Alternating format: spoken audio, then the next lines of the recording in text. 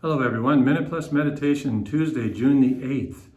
So, Matthew's Gospel, Jesus said to his disciples, "You are the salt of the earth, but if salt has lost its taste, how can its saltiness be restored? It is no longer good for anything, but is thrown out and trampled underfoot. You are the light of the world. The city built on a hill cannot be hid."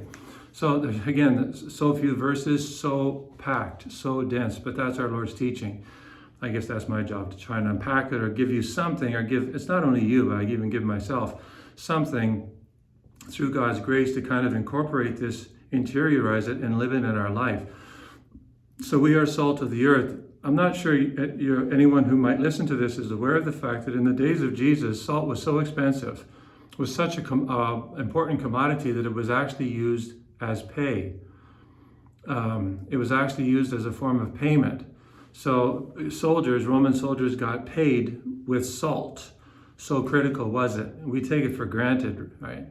So they understood the value, the importance of salt. We are salt of the earth, but we can lose our saltiness, as it were. How? Through negligence. Through just basically, being narcissistic.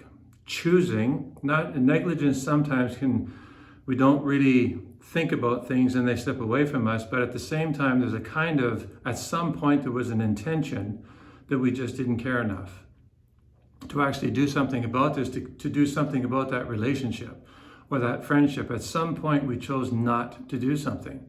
So yeah, it's negligence, but it's also a kind of willfulness on our part, a deliberate, culpable intention or decision on our part not to do what we could have done and should have done. Maybe make that extra phone call, or, to use one of my expressions, suck it up and, I have to go and apologize, even though the other person may not apologize, and all that kind of stuff, So salt is a really good image for us, because we need salt, and actually most of us are probably addicted to it. We could do with less salt, a little less salt anyways. So how can we be salt? Well, ultimately it's by asking God for the grace that we need to fulfill and live our baptismal commitments to the full.